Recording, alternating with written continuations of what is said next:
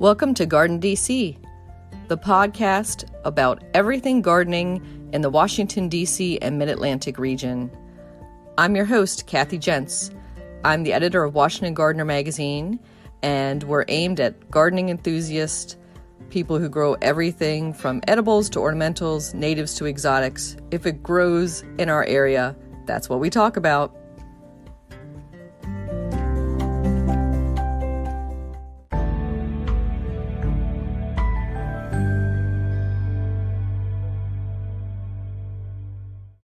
On this episode of GardenDC, we're joined by Stuart Kendig.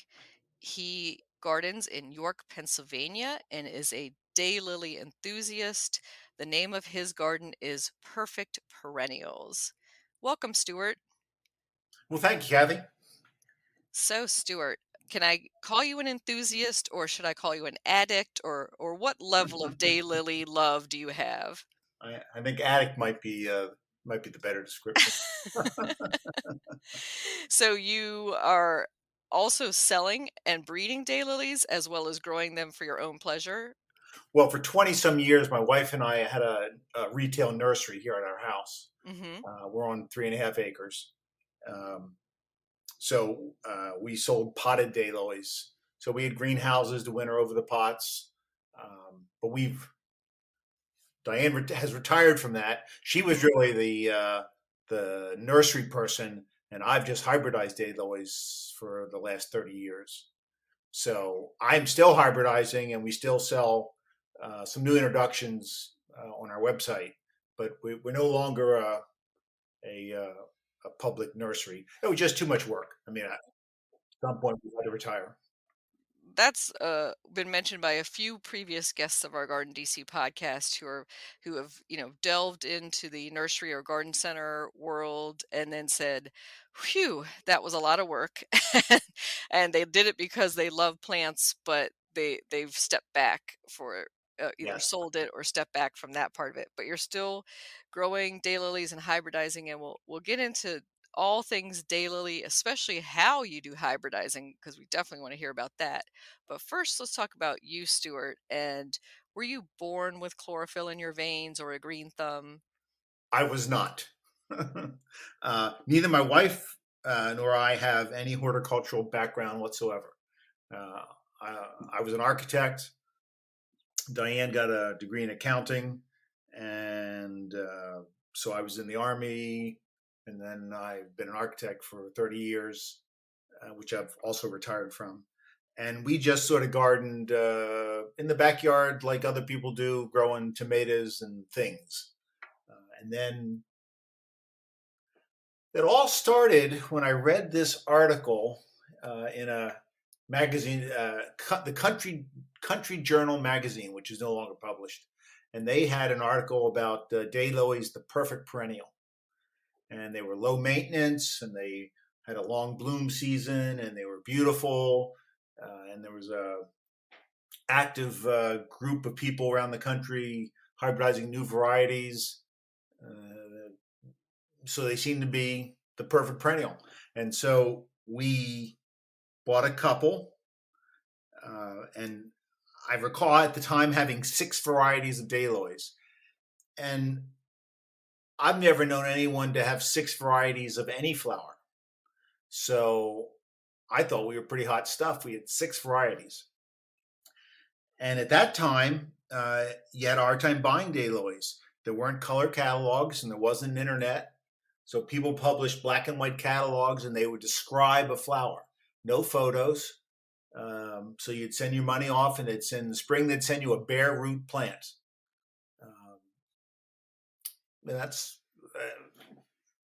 And we amassed a collection of 25 daylilies, and we heard about this national convention down in Washington, D.C. And we went down to it, and we saw beautiful gardens. I mean, people had thousands of varieties of daylilies in their backyard, and the gardens were extremely well groomed, and it was just that's what inspired us to become really daylily collectors. And I remember, we were newbies, so and these are bus tours, and we had a lunch stop, and we were sitting with a group of people who subsequently became friends, from Pittsburgh. They were in the Pittsburgh Daylily and Iris Society. And we ran around the table introducing ourselves, and we'd say who we were and how many daylilies we had. And, I said I was Stuart Kendig, and we grew 25 daylilies in our garden at that time. And next to me was somebody who had 1,200 varieties of daylilies in their backyard. And the next person had a collection of 3,000 daylilies. And the Whitmers had like 400 in a little city garden in downtown Pittsburgh. So it was real eye-opener. We didn't know that this little world existed of people who collected plants at that sort of enthusiast level. And it was so that began our daylily career. So we continued to buy more daylilies, and Diane thought it'd be more fun to grow daylilies. She did craft shows for about 20 years, doing sewing work, and she thought it'd be better to work outside. So we had a bunch of daylilies by then, and she said the local nurseries had really terrible supplies of daylilies. Old things, not many varieties, not good colors. So she would pack up her craft van that used to be used for crafts. She'd pack that up with some daylilies, and she'd go to these independent nursery stores and said, "Hey, would you like to buy some daylilies and have good daylilies to offer your customers?" And almost to every place, they said, "Sure, we'd love to have daylilies." And so we started as a wholesale daylily business. It was amazing you could get started that easily. And then we continued to sell more wholesale daylilies. One of the challenges for supplying wholesale daylilies was that the nursery centers want plants earlier than they would normally be available. So in our area here in Pennsylvania, we're in York, Pennsylvania, and a potted daylily starts to look good in the middle of May. A potted daylily can look pretty good. But the nurseries wanted to be selling these plants in April, the first April. So we ended up building cold frames. So these are 2-layer fabric poly over a steel frame with air blown between the layers of poly. So it's a cold frame, but of course on a large, big enough you could drive a tractor through. And we'd grow about 8,000 daylily pots in these cold frames, largely to supply wholesale nurseries early in the spring. And then we'd have some retail. Well, we started having a lot of daylilies, and people were very interested. And then we had some retail hours, a few weekends to start. And then in the end, we were open 5 days a week in July, and we were open weekends in June. And we had a big display garden, probably had about 1,500 varieties of daylilies. And every day that we were open, we would deadhead all of the gardens. So that means, yeah, that would be at peak bloom. That'd be 16 man hours of work to deadhead the garden. So we'd close at 3 in the afternoon, and we'd start deadheading the garden at 3 in the afternoon. So we call that live heading because we were taking off today's blooms, and then to get ready to open up by 9 o'clock the next morning. We had help, of course. We found wonderful help, usually school kids, college age, to help us. But it was a huge undertaking. Wow. But if you want your garden to really look pristine and the flowers to pop, you deadhead your daylilies. That's what I was going to ask you is why, because daylilies are pretty much self-shedding. Does it just look cleaner, or does it encourage more blooming to do that live heading, as you say? No more blooming. So daylily flowers will fall off in a couple days. And the older varieties with thin petals, much like a lot of the spiders today, will close up pretty good the next day. And then they hang around a couple days, but that's an old dried up flower and eventually falls off. But it falls down in the foliage or falls on the ground and it's still visible for a couple days. So a garden that's not deadheaded does not look as pretty as a garden that is deadheaded. And with modern daylilies, we were making bigger, rounder, flatter flowers. And they don't close up very well. So they just get gloppy and they will hang up on adjacent buds. So some of the larger, bigger, rounder flowers aren't great at self-deadheading. I'm glad you mentioned that, Stuart, because I found that too. They kind of like glue themselves to the next flower that's opening, or you kind of have Yes. like this, I would call it like just sticky mess, and it's kind of on there. So that's great that you mentioned we could just snap off that spent bloom and have nice looking ones. And what do you call the spent blooms when they fall on the ground? In my head, I always refer to them as the cigars or the cigarette butts that are laying around the garden, Well, but there's got to be a plant term for that. no, but they're the good ones because at least they roll up tight and Mm-hmm. aren't those gloppy ones that are on other buds. Mm-hmm. So, I mean, there's a market for somebody to make self. It'd be great if today's bloom would drop off quickly tonight or tomorrow morning. That'd be a great day, Lily, to have the market because we really need daylilies that are better at deadheading themselves. Mm-hmm. Yeah, so there's lots of future things that we're breeding daylilies for, and I wanted to get into that, and maybe we'll jump in right now about hybridizing it and what traits people are looking for now, because modern tastes have changed. And are you looking at the shape, the thickness of the petal, the colors? What are you specifically looking for when you're breeding? So, what makes daylilies, I think, really the quintessential American flower is is the democracy of them. There's no society controlling what you're allowed to register and introduce or what you're allowed to name. I mean, the American Daylily Society, formerly known as the American Hemorrhagic Society, they're the international society to register daylilies. But um, we've got 80,000 registered varieties of daylilies. Anybody can do it. It's easy to hybridize daylilies. You can do it just for fun. You can do it to introduce some plants. You can do it for vanity reasons. You want a daylily named after your mom, you can go ahead and do that. But it's created a huge incentive for people to participate in hybridizing. And I'd encourage anybody to do it. I mean, just do it on a small scale. Do it to show your kids how it works. It was interesting. We had guests for dinner a couple weeks ago, and it was a woman who had a PhD in genetics, but she didn't know how to. That didn't mean she knew how to hybridize a daylily, which I found really funny. Um, so it's easy to do. Daylilies do not naturally cross pollinate. They do on a very small percentage, but the pollen's not light enough that it blows from flower to flower, and there's no insects that are carrying the pollen from flower to flower. So it's up to us to really pollinate the flowers, and it's easy. You can break off the pollen part of the daylily.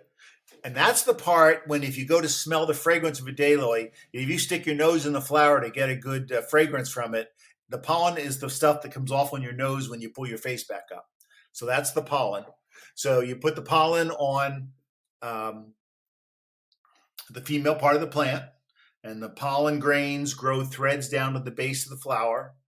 And here's where a chart would be great.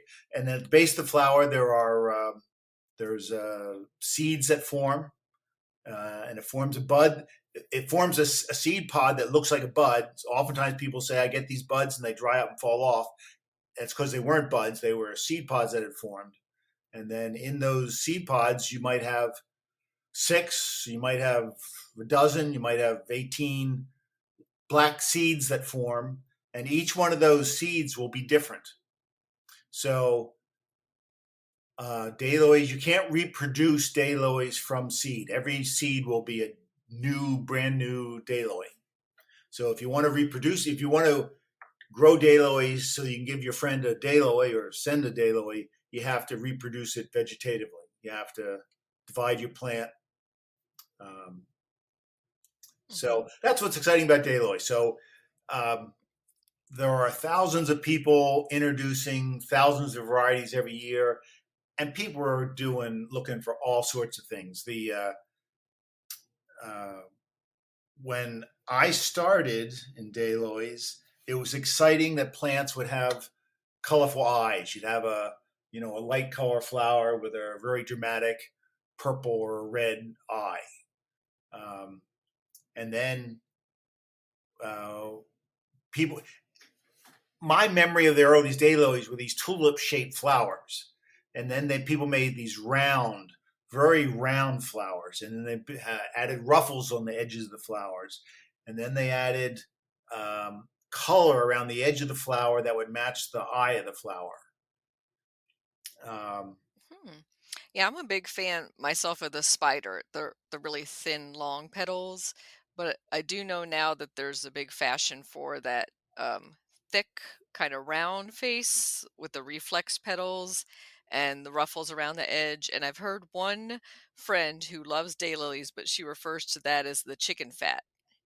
Chicken fat. I have a daylily. I have a daylily named Polo Grosso, which is Italian for chicken fat.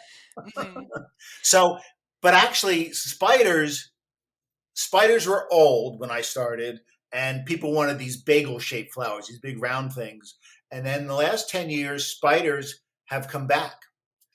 So spiders have been very popular in recent years. So for 20 years, I worked on red edges. So my hybridizing program was aimed primarily at getting a plant flower that wasn't yellow, that was as close to white as we could get it, and it would have a red eye and a red edge. And actually, I wasn't so much interested in the red eye. I wanted the red edge, to be as wide and as bright red as it could be. But when you do edges, you usually get eyes. But there's people breeding called edge no eyes. So those plants have a colored edge but no eye. There's people been chasing blue for 60 years because there aren't any blue daylilies and there aren't any white daylilies. There are very pale colored daylilies that appear white in the garden, but they're not actually white daylilies.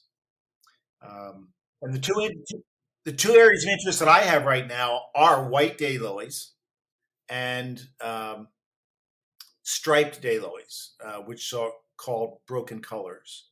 So that's where the color, if you have a red daylily, but you have streaks of white or pink or some other color on it, like you see I see them now in roses. Poinsettias came out with these speckled or striped colors, 10 years ago.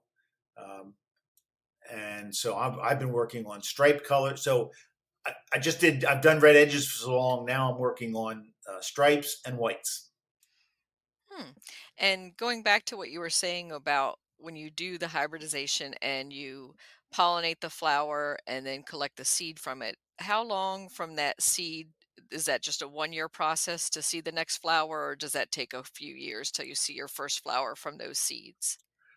So I'll start making seeds here in Pennsylvania. My garden hadn't yet started blooming. I know down in Virginia, I think they're headed pretty close to peak bloom. We won't get peak bloom here till first 2 weeks of July. So you make the flowers when you can. There's a lot here I could explain. So one thing, I'll come back to your question in just a second. So original daylilies were diploids. They had 2 sets of chromosomes. But then and this has happened in irises and many other flowers. So then they converted them to tetraploids. So they double the number of chromosomes. So, and the only reason that's important is because if you're going to do hybridizing, you have to know whether your plant's a diploid or a tetraploid. And you really can't tell unless you look it up. Or, you can waste a lot of time putting tet pollen on a diploid and you never get a seed. Well, you're never going to get a seed. So you have to know whether the particular plant you have is a diploid or a tetraploid. So you make your seed. I harvest most of my seed in August. I let it dry just a little bit because you really want your seed to be the firm, round, plump seed. So I'll put it in plastic bags and label them and put it in the refrigerator, not the freezer, but the refrigerator. So I'll end up storing several thousand seeds in my refrigerator between August and September. I get them out in January and I start them indoors. I have a room in my barn with artificial lights. So I'll start them in January. I'll grow little seedlings, which I'll take out and put in a cold frame in April. And then I'll have a little seedling with 6-inch tall foliage, and I'll transplant that to my garden bed 1st of May.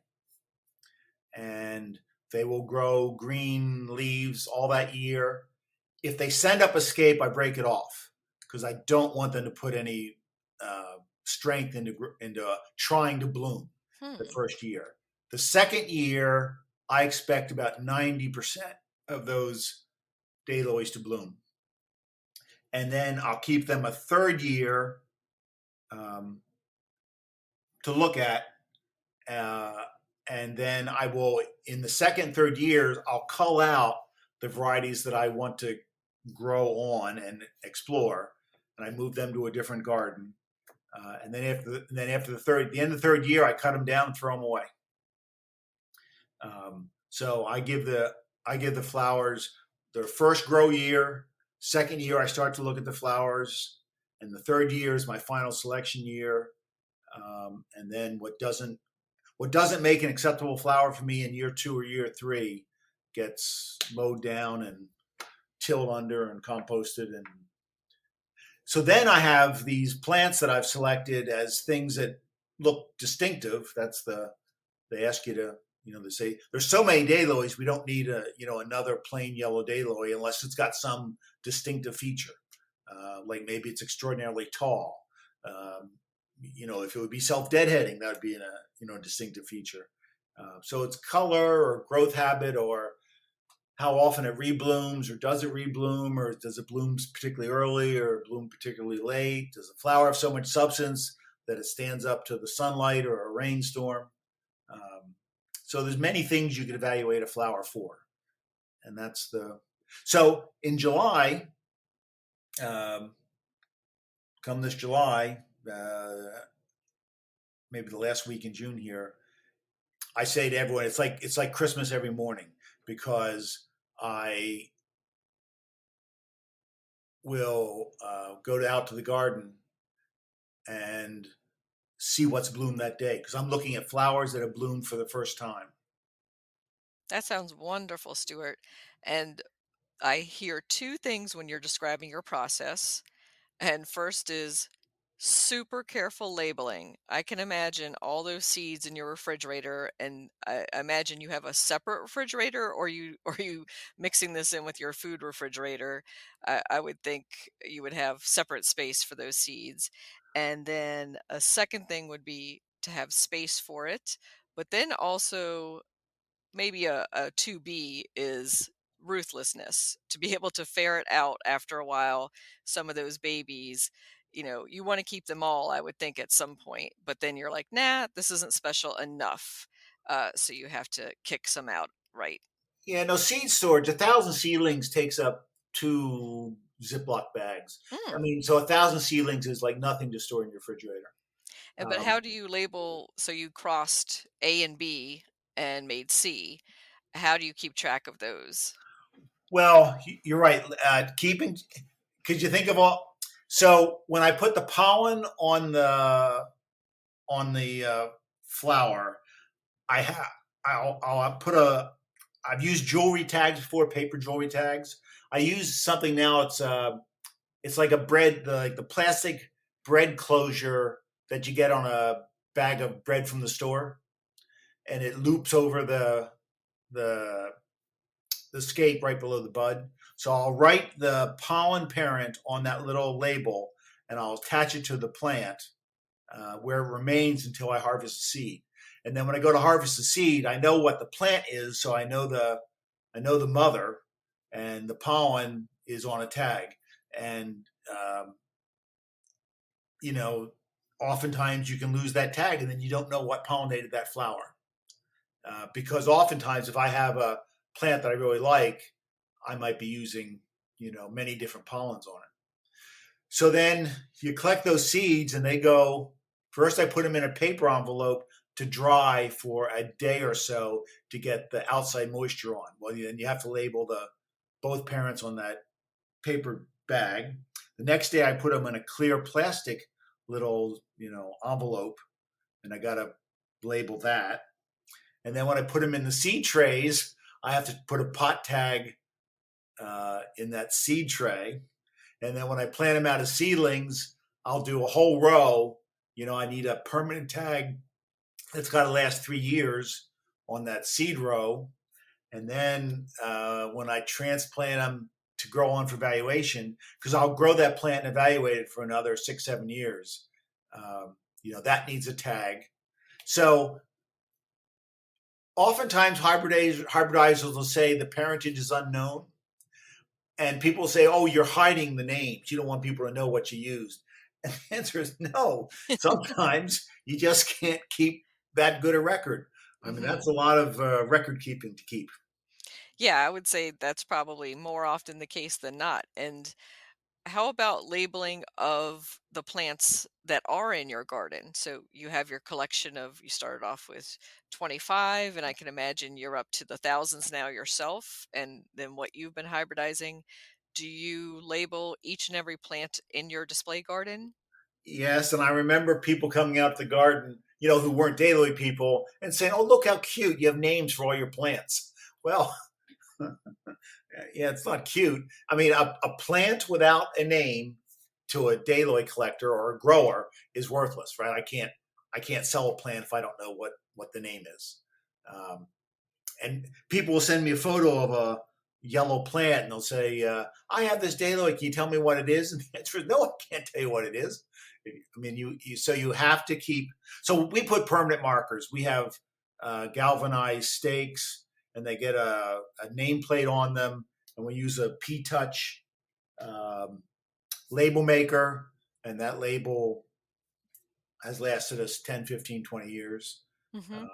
So yeah, if you're a serious collector or doing hybridizing, you have to mark your plants. And then the good thing is to once a year make a map, because even with all that, our dogs will run through the daylily beds. One time we had geese picking daylily labels out of pots. So Yikes. it's a map is a good backup.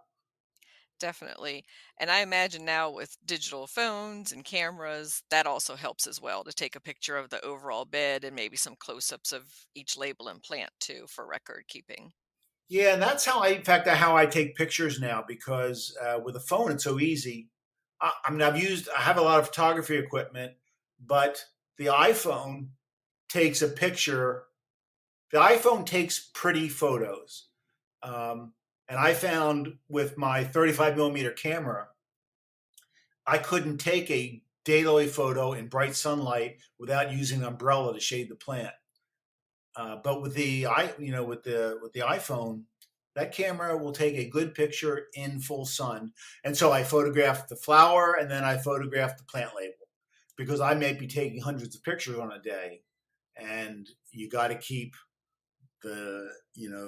you need to keep the label name with the flower. Then when I upload them to my computer, I have a way of figuring out what each flower photo is. And Kathy, you mentioned the hard part about hybridizing is the fact that they used to say that you should get 1 or 2% successful crosses. Meaning, if you plant out 1,000 seedlings, you'll probably have 1 or 2 distinctive plants. So you're throwing away out of 1,000, you're throwing away 998 seedlings. And it's not that they're not pretty, they're just not distinctive. And people ask me, do I sell my, my non-keepers?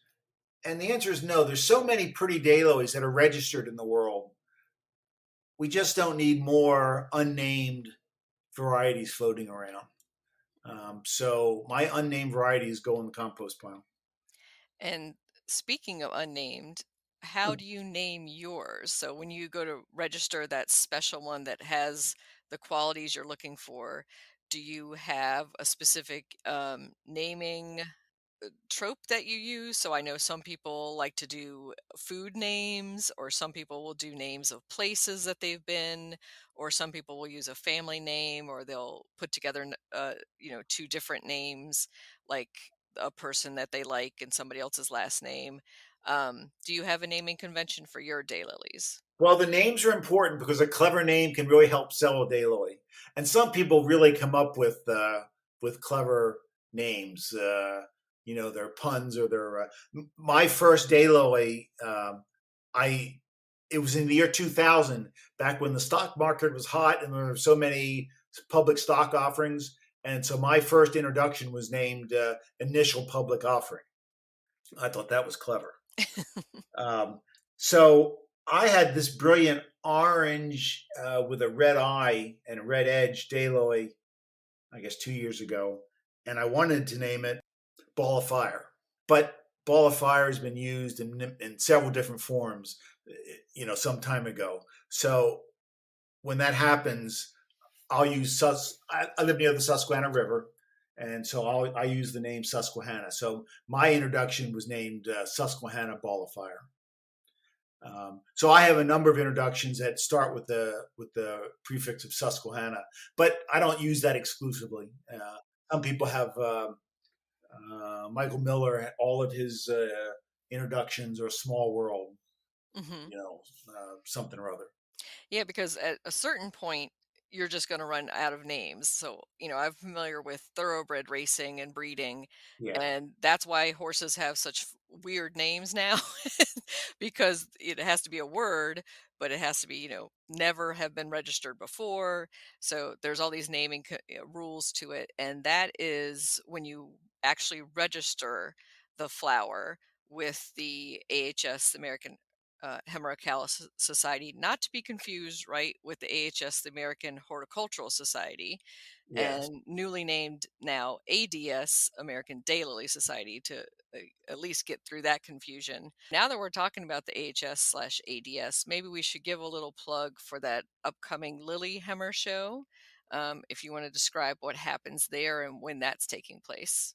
Sure. So anyone interested in daylilies really ought to sign up for the American Daylily Society. And you can Google it and find out how to join, because it is a fantastic quarterly publication. And that's the first thing I do when I get interested in daylilies. It's inexpensive. It's a beautiful color quarterly publication, and it has tons of information in it. Has a lot of advertisements, so you see who the people are selling daylilies. So that's where I would start. And then you're going to want to find a local club, because there's local clubs everywhere.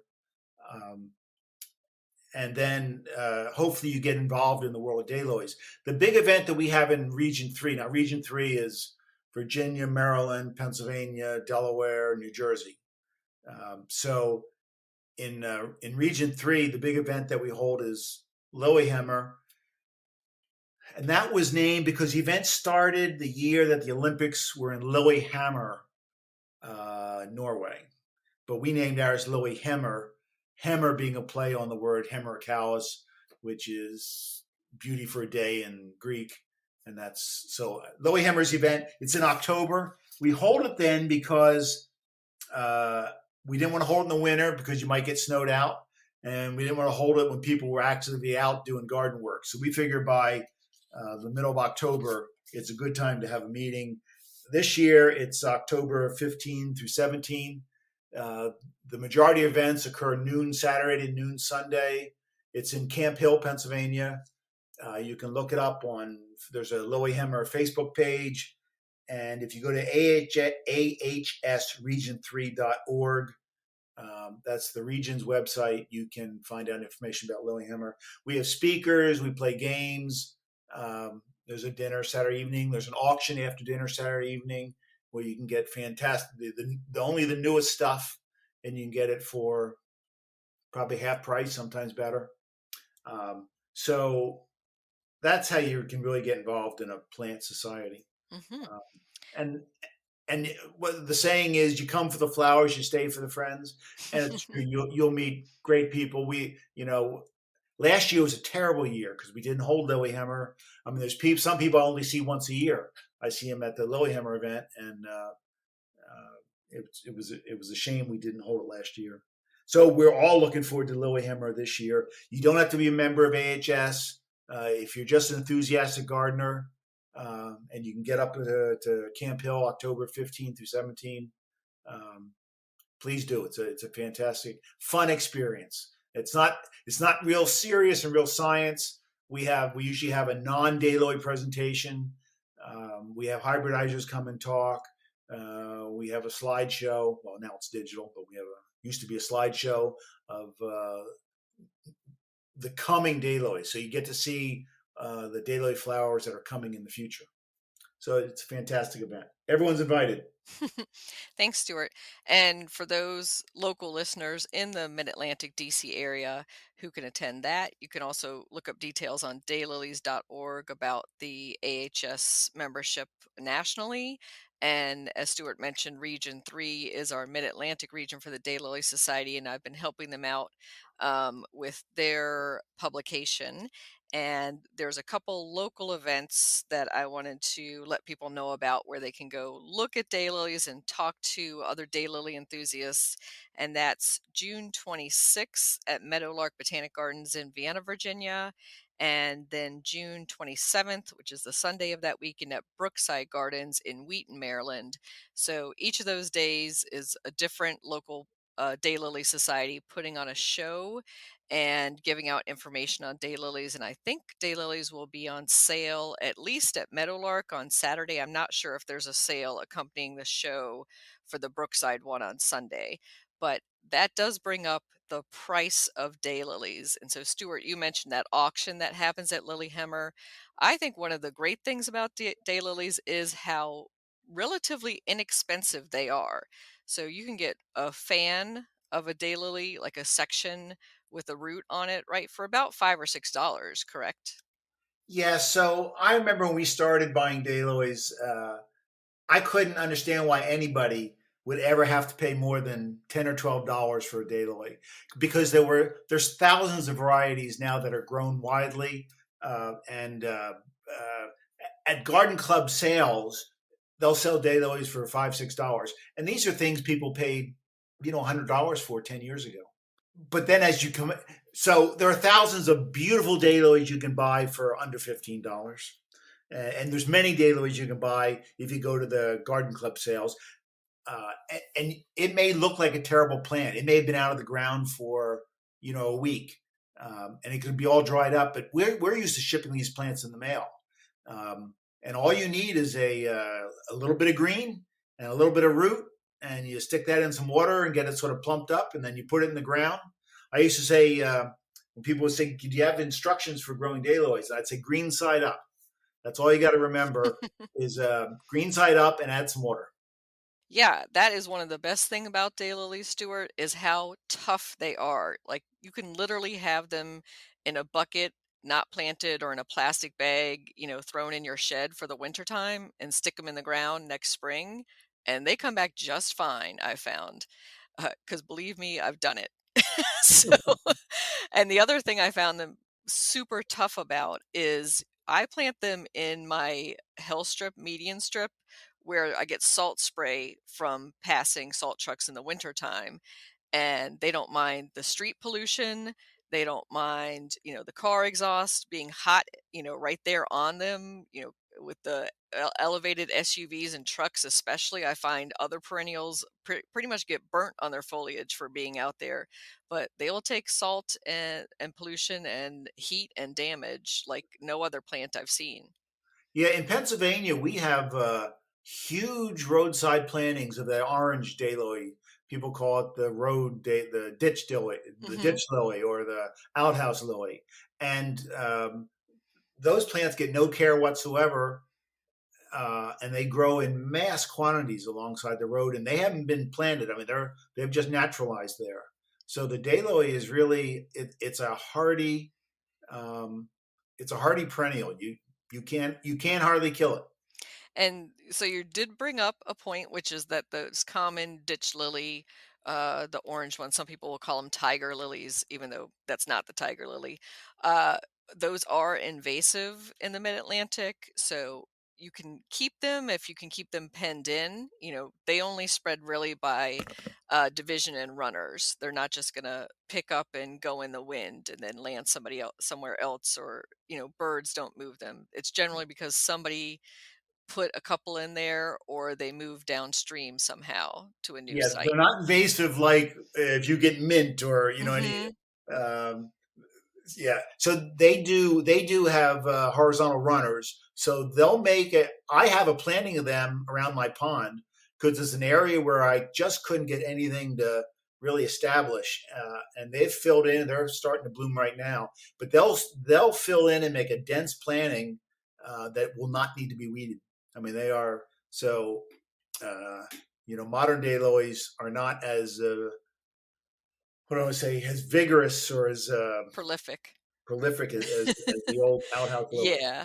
So we would, all dailies should be painted with the same brush. There is the common invasive, but then there's the hybrids and the beautiful ones, and they're much better behaved in the garden, and they're not going to escape from cultivation. Invasive is such a bad, Hmm. such a.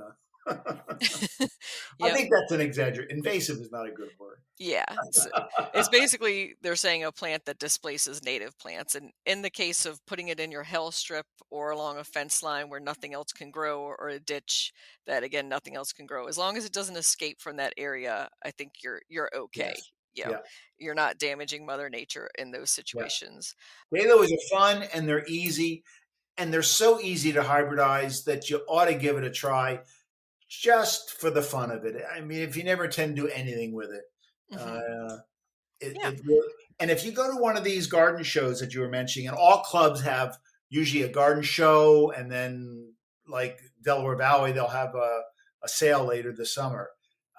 Don't be shy, because there isn't anyone there from the club who wouldn't love to talk to you about daylilies and tell you how and show you where and make sure you're getting the good plants, and um, because these people are really enthusiasts and they would just love to share their hobby with you and give you tips. they're plant pushers and proud of it. Yes, because we have these enormous gardens, Hmm. and when I was working, I used to take plants into the office all the time. I had grocery bags full of plants that I take in for people, because what do you do with all this stuff? Um, so make some garden friends, and I'm sure they'll give you some daylily plants. And that does bring up, Stuart, the dividing every few years of daylilies, because if they get too crowded, the blooming slows down. It won't kill the plant if you don't divide them for, say, 10 or 20 years, right? But you'll just have kind of a drop off in the blooming and health of the plant. Yes. So as the plants, what's funny is the more vigorous the plant is, you think that's good, but the more vigorous it is, the sooner it has to be divided, and that's not a big chore. You dig around the plant, you pop it out of the ground. We have heavy clay up here, so we'll take it to a bench and we'll hose off the clay. You expose the roots. It's real obvious where you can stick a knife in and sort of divide it up into pieces. So you put a couple pieces back in your garden, and then you're either going to put what's left over on the compost pile, or you're going to spread it around to your neighbors. And that's the thing I encourage people to do. And you don't find that the pieces of the daylilies come back in your compost pile? They do if you don't keep turning the pile, and Ah, okay. that's the old joke. Do they still bloom on the compost pile? Is the line, Hmm. because if you just take the daylilies, chuck them on your compost pile, you'll find next year they'll be standing up with scapes growing and blooming. Because, like I said, it's a very hardy plant. And so we have to talk about the elephant in the room named deer. Yeah. And so for those who have a lot of deer pressure on their garden, what do you recommend if they want to have daylilies as well? Because daylilies are completely edible for humans as well as for deer. Yes. And there's nothing more discouraging, and I think this has discouraged some gardeners. There's nothing more discouraging than to see the plant, see a beautiful plant in the spring, see the scapes come up, you see the flower buds form, and the day before they start to bloom, you look at it and you say, where'd they all go? Because the deer will come in and strip all the buds. So at our house, we have, in our display gardens around the house, we have 1,500 varieties, and I just couldn't tolerate deer in here. I have a little 30-inch high farm fence, livestock fence, inexpensive, but I have it buried in a forsythia hedge, which is 6-8 feet tall. And I have a herd of deer on the other side of that fence. They can't push through the forsythia because this little 30-inch wire fence stops them, and the forsythia is taller than they want to jump. So I have daylily herds right next to my garden, but they've left me alone here for 30 years.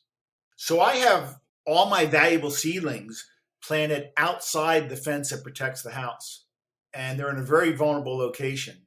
So I've been using, successfully this year, I've been using deer repellent, actually deer and rabbit repellent, because while the rabbits don't seem to damage any of my mature plantings, they like to eat brand new fresh seedlings that I'm transplanting. So I use, and I've tried different manufacturers. I don't know if I know one's better than another, but I've been using deer repellent and spraying it on my valuable seedling beds. So you're doing just a topical spray every month or so, Yes. and after, say, a heavy rain. Yes, they say, I mean, the claim is some of them are rain fast for several weeks or several months. I don't know if I will spray them. So I've sprayed them twice this year, and I'm getting ready to spray them again because I got a lot of scapes coming up. So I'm getting ready to spray them a third time. And so besides the deer and some of the eating of the foliage down below, and you mentioned the geese that moved around your labels a little bit, are daylilies troubled by anything else? Do they have any common foliar disease or insects that can affect them? Old daylily foliage has a fungus in it, and that's why, as good horticultural practice, if you can get rid of all of your old daylily foliage, late fall or in the winter, because as the new daylily foliage comes up in the spring, it'll spread leaf streak around, and it's just discoloration in the foliage. It's not very pretty. It doesn't affect the flowers, but it doesn't. But it does mar the foliage. Now, a decade ago, we discovered a new daylily pest called rust, which is a fungus, and it's particularly prevalent in southern daylilies because they can't get rid of it in the south. So if you get a plant, say, sent up here from Florida, it will have rust on it. Even if they spray the plants continuously in Florida, the plant they ship here will have rust on it. It will come out later this fall. Now, the good thing is, over the winter, the rust dies. The rust can't survive an outdoor winter. Mm-hmm. So, but it can be very discouraging to buy that plant from a rusty garden, have it show up, and then have a breakout of rust, in July or August, and make your foliage crappy, even though it'll go away. So if you're buying a plant from a southern garden, you really want to quarantine it in your yard to see that. And there are sprays for fungicide. So, and here's the secret we learned: if you spray your garden for rust, which I do just preventively because I want my garden to be perfect, so I don't want to put up with anything. It also gets rid of leaf streak. So if you want beautiful foliage without leaf streak and without rust, you could spray your garden like May 1st or as late as June 1st. So it's a chore nobody wants to do. Like I said, it wants to be just green side up. So if you're a casual gardener and you can put up with a little leaf streak, then I don't think you need a lot of fungicide. I'd be careful where you buy your gardens from. I'd try and get daylilies that have been northern grown. And when you say southern versus northern, are you using the Mason-Dixon line or are we using maybe the North Carolina border? No, you need a. I don't know where the exact border would be, but I Mm-hmm. would think from South Carolina south. Mm-hmm. I suspect that they have continual rust problems. And that, again, when you say it dies back in the winter time, that's probably right there. That would be the frost or the ice or the snow line. Yes. Yeah. Hmm. That's wonderful knowledge to have, Stuart, because if you have that in your garden, now you know what you can do about it, or you can just live with it. As you say, it's not going to kill the plant. You'll still have flowering just like normal, just won't be as pretty foliage. And if you get rust late in the fall, I don't know that it's worth dealing with because you go get rid of it. If you buy a plant from the south and comes up with rust, you really aren't going to want your whole garden infected with rust because it does make the foliage look a mess. And so there's people working on rust resistant daylilies. So there are people trying to breed rust resistance, and there's people who will rate their plants, as rust resistant or very susceptible. Hmm. So if we get a plant that, and we're not buying as many southern plants as we used to, but there would be plants that always seem to be they'd be the rust attractors, and so we just throw them out and not in the compost pile. If you get a plant that's really rusty, you want to throw it away in the trash. And that's a good tip for all plant categories. What Stuart just said about discarding a diseased plant not in your compost pile, put that out with landscape waste. Like Yep. bag that up and get it out of your garden. So if you have a rose with rosette disease or you have a tomato with blight, you want to get that out of there and not compost it or add that back into your garden in subsequent years. Yep. Absolutely. Good advice. And thank you, Stuart, for sharing all this great daylily knowledge. And I wanted to ask about Perfect Perennials. Your location is listed as a display garden with the Daylily Society. Does that mean any of us could drive up anytime to see your daylilies, or are there certain open days that you host? No, Diane really likes being retired. Here's the thing. So we don't like being open if we're not deadheaded, and we don't have staff any longer. So if you're a daily person and you want to come see the garden, you just need to contact us and let us know, and you're welcome to come. That's the deal with being a display garden. If display gardens should be open to daily club members so they can come and see. But otherwise, I have new introductions available on my website. If you search for Kendig Daylilies, you'll find it. It's and the website is actually kendigdaylilies.com. So you can see new introductions there. You can see pictures of the gardens. You can see pictures of my dogs in the garden. I was just looking at those pictures, Stuart. So for listeners, that's KENDIG, dayliliesplural.com. And if you click on the photos tab and then garden dogs, I was thinking, are these his rejected daylilies? No, not that type of dog. Literally, these are beautiful, let's see, Shetland sheepdogs and collies, it looks like. Yeah. Beautiful dogs, Stuart. And thank you again so much. Any final thoughts for our listeners or for anybody who's maybe grown daylilies in the past and had deer issues and had given up on them?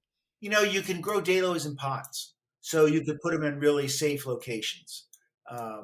So everyone ought to grow some daylily. You put them up when you're, up on a deck or someplace where you know they'll be safe. There are so many new, exciting daylily varieties, all sorts of exciting things, unusual patterns, and if you go to one of these daylily events, one of these auctions, you'll see you can get some. Really exciting plants that are very, very distinctive. Have fun. And that's so true about the container growing because they're perfectly perennial in those pots year round and you don't have to do anything special for them. And if you really start to get collecting or checking out some of these specialty daylilies, those fun naming conventions, you can find something that's of interest to anybody. So if you're a Star Wars fan, there's a Jedi daylily. If you're into cooking, there's like bacon and eggs. So you can buy some for fun gifts to give to people as well, just based on their names, not even their looks. Yeah, and there's so many names you can get. You can get find Daylilies name for all your friends. That's true. You can have a full garden of, say, all your grandkids' names or all Yep. your friends' names, and that's wonderful to have. So thank you again, Stuart. Kathy, thank you very much. It was fun.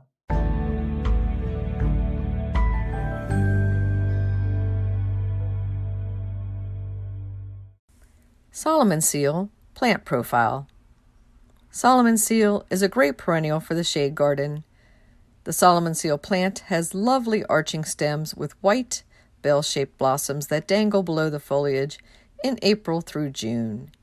There's a dwarf version that is 6 to 8 inches high, as well as a tall one that is over 6 feet high. The common garden variety is between 1 to 3 feet tall. There is a solid green version, as well as many variegated ones. The solid green true Solomon Seal and false Solomon Seal are native to the U.S., and some of the variegated ones are native as well. They are hardy to USDA zones 3 to 8.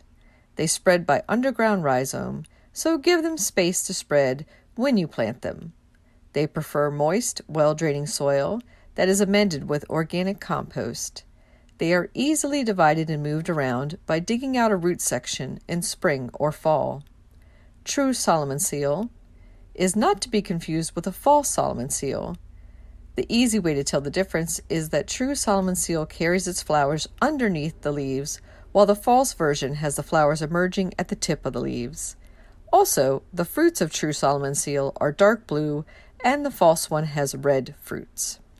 Solomon Seal combines well in woodland gardens with ferns and hostas.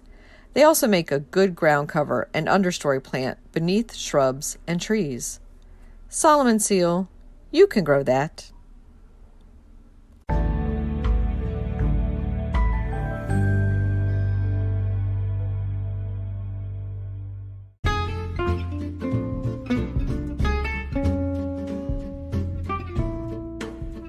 What's new in the garden this week? Well, the song of the periodical cicadas seems to have petered out, and I hardly hear them anymore. So I think that's the last of them for this 17-year cycle in the DC area. Over at the community garden plot, we harvested the fava beans, processed them, and made them into a green hummus.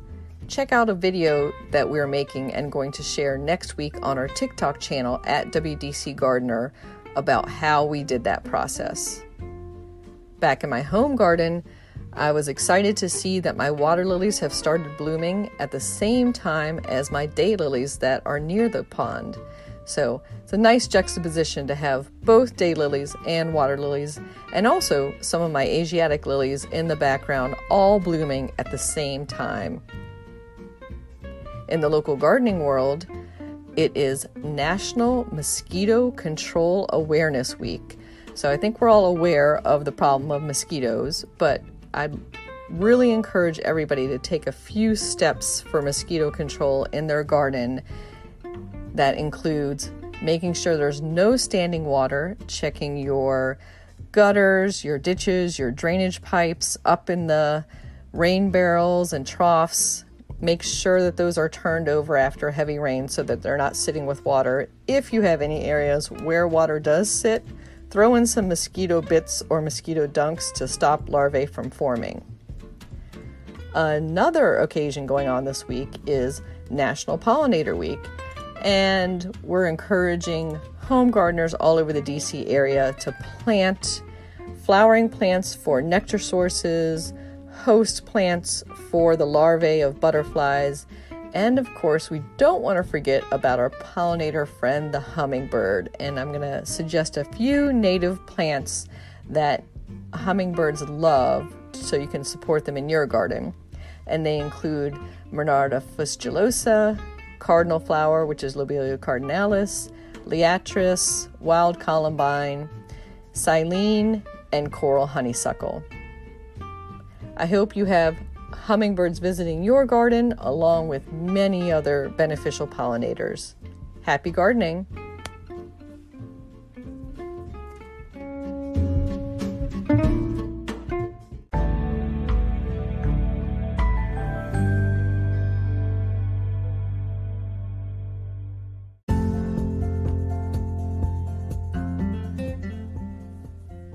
Thank you for listening to GardenDC. You can become a listener supporter for as little as 99 cents a month by going to anchor.fm/GardenDC/support. Another way to support this podcast is to subscribe to our monthly digital publication, Washington Gardener Magazine. To do so, go to washingtongardener.com. Thank you.